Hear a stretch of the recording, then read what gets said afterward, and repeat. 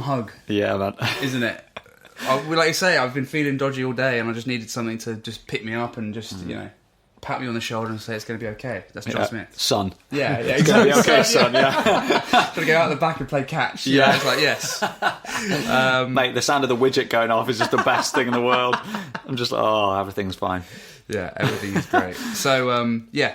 So you all know what John Smith sounds like. It is, yeah. Nice, smooth, creamy, creamy Yorkshire bitter, basically. You know the drill. You can't go wrong. Enjoy it. Enjoy yourself. We've also got another lovely activity this evening that's truly going to give us a hair of the dog. Oh, yeah. We're going to blend the Blokes whisky today, gentlemen. We can get into it in a minute, but yeah, we're going to, by the end of today's episode, we're going to have a signature Scotch blend. Yeah. You won't be able to buy it anywhere, so you're just going to have to trust us. Yeah. Or I tell you what we'll do. Here's what we'll do. This will go into the list of things we never do, but every guest we get on in person, we'll have a taste of our... Oh, that's a great idea. Taste of our Blokes whiskey blend. That's an amazing idea. There we go. We'll have to make a note of like how we create it, the formula. Yeah.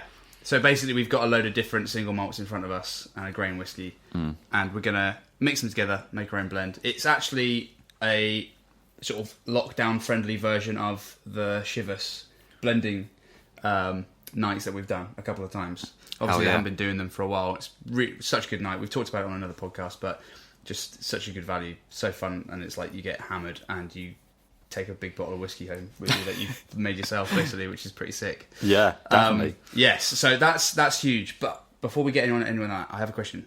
Hit me. Let's go Man U again. Just a quick one. No, please do. I'm just gonna do a word association, and I want to get your instant reaction to this. Mm-hmm. The Glazers. Ouch. That actually wasn't my. That's pretty good, right? That's a good reaction. Yeah. Sadness. Yeah. Sadness. Yeah. Okay. So Saka not good enough.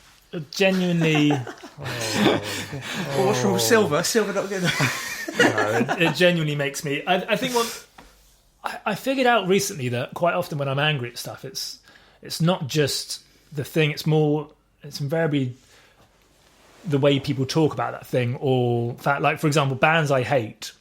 I don't really care about the band that I detest. It's more their fans that talk about that band a certain way that I hate. Sure. Or politics or whatever. Like, it's the way people talk about that thing that drives me mad. And I do struggle massively with the Glazers, but also this kind of the talk about it at the moment about with the Super League and stuff, and you get pundits talking about it, and one or two defending them and basically just kind of saying things that are just factually inaccurate, but on TV with confidence and belittling people disagreeing with them. And that's what we do on this show. Right. Yeah, exactly what we do.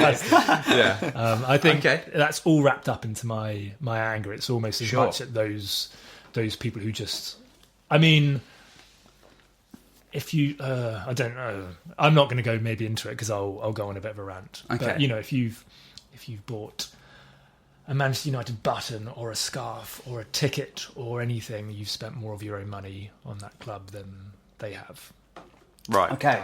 Which, is an issue. Do you mind if I probe you a little bit further? Oh, you absolutely can. But just be prepared. We'll keep it quick. It quick. No, because we actually talked about this not that long ago when the Man U fans stormed the pitch. And I thought that was insane. I don't think most people don't agree with what they did there, but they understand the sort of feelings and why they did it. And me, as a relatively staunch capitalist and also a relatively not a massive football fan or Man United fan, so to take everything I say with a massive pinch of salt, I'm just looking at it from the outside. Sure. I was a bit confused because people were saying things like they don't spend any money on the club, but at the same time they bought the most expensive defender ever. Sure. So those two things were at odds, and basically that podcast came out, and a friend of ours, George, who's a big Man United fan, basically saying the same things as you, wasn't particularly happy with my take on it. And he sent me this chart and stuff, and he sent me a video, and I just wanted to get your ideas on a couple of things. So a few questions here, yeah. Scroll unfurls. Is the big issue just the fact that they're not spending enough on the club? The ground's falling apart, for example. Old Trafford's in a bad state, apparently. They're not buying enough players, or they are buying players, but they're buying the wrong ones. What is the big issue? Is it the money thing, or is it the fact? Oh, it's. I mean, so the money thing, where the confusion lies with that is the fact that if you look at, say, with City or PSG, or whether it's clubs that were sports doped, or whether it's Chelsea where Abramovich is coming in, it's more of a kind of a play thing. He's pummeled money into that and has made them, well, to some degree, what they are now. Like they had success before. The Glazers bought the club by taking out a loan against the club, instantly putting the club into debt, taking out dividends quite often. The money they're spending, you're right, they're spending money, but it's the club's money. Manchester United was, I think they were the richest. They're certainly in the top 3 richest club in the world before the Glazers time. So the money that's coming out now that's not the Glazers going, here's our bank card. That's money that was in the club, that they're basically taking out their 25 million dividends and then seeing what's left and going, you can have that on transfers. So that's not money that they've put in. That's money that was already there. Sure. And then if you look at how they run a business, I mean, I don't know how official this thing is, so I don't want to get you guys in trouble. But like, in essence, the guy who brokered the deal, Ed Woodward, who by his own admission, from all accounts, isn't even a football fan, or wasn't when it happened. He got the job of basically running the football side of things, almost as a, from the outside looking in, it looks like a reward for brokering the deal. Like, I don't obviously know that for sure. Right. And if you look at the continuity within since the hirings that have gone wrong, even today in this lineup, there's an Alex Ferguson player in that lineup. There's Mourinho players, there's Moyes players. Well, actually, no, there's Moyes players on the bench. There's Van Gaal players, there's Solskjaer players. Each manager has come in with a different approach. Each has bought players that don't match the previous guy's approach and won't match the next guy's. Until now, like, that's a big part of what Solskjaer is doing. And with every failing, every time it's gone wrong and money has come in and has been spent on the wrong players and it's a confused vision, and then the next guy comes in and tears it all up and starts again, their way of dealing with that is each time they've given Woodward more power and promoted him. Whereas, you guys would know better than me, like most businesses, if you're making those mistakes, you're sacking the guys that are making those decisions and starting again, right? If you're being that kind of cutthroat. With them, it's a loyalty package, and in essence, they're kind of setting up a model where they need Champions League, and then each time we get into the Champions League, that would then by default be the season where you kick on, because you're going, we're starting from a strong point here, let's go and invest. But they're going, actually, our model means if we're doing that, we've kind of done it, so now we'll step back. So then the next season, we don't invest, said manager gets the sack, you rip it up, start again, the new guy comes in, contradicts everything that's gone before, spends money, and the people who've made those mistakes get promoted again and get more power. And the people now making football decisions, aside from the manager, are the people with the least knowledge. It's very, very bizarre. Sure. And you can kind of see, looking in, the decisions made, everything is just...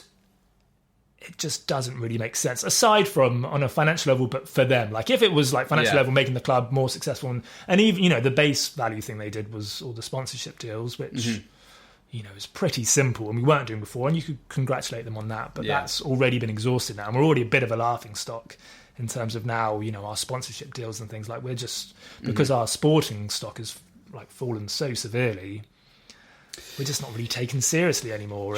And the fans are going, you're taking out your money each year. You're not investing your own money in it. We're still massively in debt, which is mental, because we weren't before they came. Yeah. And we're not in debt because they've spent all that money and they couldn't foot the bill. They've done it because they've taken money out in their own pockets. Yeah. And kind of, yeah.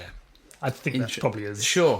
I think that's great. I think you've given a good argument. I think, yes, I still do come at it a little bit like on the sort of like business side of things. Sure. And I understand that every football club is a business, and I understand that obviously, especially massive football fans are so attached to the sport and the game that I think when the business takes over, or it seems to be that the business is taking over from the game itself, I see why it rubs people up the wrong way completely. I think another big thing, just in brief, is that this misperception that it's because Manchester United aren't winning the league anymore, and that's why fans are protesting. Fans were protesting when we were in the Champions League final, when we won the league. We protested the season after. It's not about that. It's not people going, we're not the best anymore, and that's made us angry. It's purely the running of the club, the monetising of the club without investing anything in the actual things that matter. And, you know, as you say, maybe that's the way all sport is going, and that's the way it will be. Like, you know, it's not Walt Disney. Like, maybe that's fair enough, but there's got to be some appreciation, I think, of the sport itself and the tradition. And if they're not investing any of their own money in anything to do with the club, and the stadium is leaking, literally, if you're in certain stands, you get rained on, then don't be taking out the club's own money and putting it in your family's bank account. Sure. That point, I would argue, is okay. Bad, Interesting. Super interesting. Nice. I like this. Good stuff. I'm going to put the first gavel down of the evening. All right, boys. Let's do this. I've been excited. I've been sitting on this since Christmas, and nice. I can't believe that I just sort of, by sort of happenstance, suggested we did this today, and it turns out it's our anniversary, so it's fate. So what we're about to make is fated. Okay, it's going to be good no matter what we do. So here we go. What we're going to do is we are going. Nothing's ever gone wrong. Yeah. No. They've given us a bottle of Chivas, but we're not trying to recreate Chivas, are we? We're not. No, I think they just give you that as a little livener. Yeah, it's like a little wake me up. Should we do it? Before you blend? Yeah, come on. Yeah. All right, so what we're going to do, we'll pour a wee dram for each of us. Just wake the palate up. It will be wee. Just for us to... Because as we know, even though it doesn't look like a lot, once you've had like 10... Yeah. Exactly, that equals like 5 or 6 regular drams, you know. So Seb, I actually don't know what your... Because obviously you've made a lot of cocktails. Or not, you've made some cocktails, I don't know, I wouldn't say that, but... Are you a big whiskey drinker? I really like whiskey, and yet my knowledge of it is non-existent. Great. I get bought whiskey every now and again, and like I'll always make sure I've got a bottle or two. But I wouldn't say like I couldn't go into my preferred, you know, Scotch or I'm a novice. I would Perfect. say. Okay, great. That's awesome. The fact that you like whiskey is good. That bodes well. But, okay, so this is Chivas 12. This is their standard blend that they sell. And it's nice. There's no smoke in there for me. It's nice and sweet. It's super sweet. Yeah. I mean, is there... It's quite spicy for me. Yeah. To be fair, we did just pour it and then went straight in. Yeah, true. I always, just nowadays, if I can, if I know I'm going to be drinking something, I will just pour it in and just leave it for 10 minutes. Really? If you do that, it just helps, for me anyway. It takes a lot of the bite away. And another tip as well with the bite, let's say you've been drinking a dram for a little while, tasting's really nice and you're almost at the end, don't finish it. If you're going to have another one, just pour it in when you just got a little bit in there, right? And that sort of more mellowed whiskey you've got in there can help to just make the next pour. You don't have to wait for 10 minutes again, in theory. Yeah, right. But really sweet, straight down the line. When you said there's no smoke, it was interesting because my brain started thinking about smoke as I was tasting it, and I was like, maybe there's a hint in the background, but right, okay, that might just be my brain. Maybe. So, I would say it's definitely close to citrus. Yeah, no, it's super sweet. Smoke. No, it's not. If there is any, it's so hidden, and it's probably just me thinking about it. But it's very sweet, sherry, like those Speyside sort of whiskies. Yeah. And like very simple. Sweet. So they've given us a kind of a luscious Chivas box that contains we've got a beaker, like a science potion beaker. We've got this dram of Chivas 12, which we've just woken our palates up with, and then it gives us a grain whiskey, right? Which is kind of like the base. You know, we might have mentioned this before on a previous show, that in blended whiskies, roughly about 50% is grain. Yeah, I think even upwards of that with some of them, to be totally honest, especially some of the cheaper ones. So this is kind of like a blank canvas whiskey that's very like uncharacterful, but it provides like a great foundation for all your other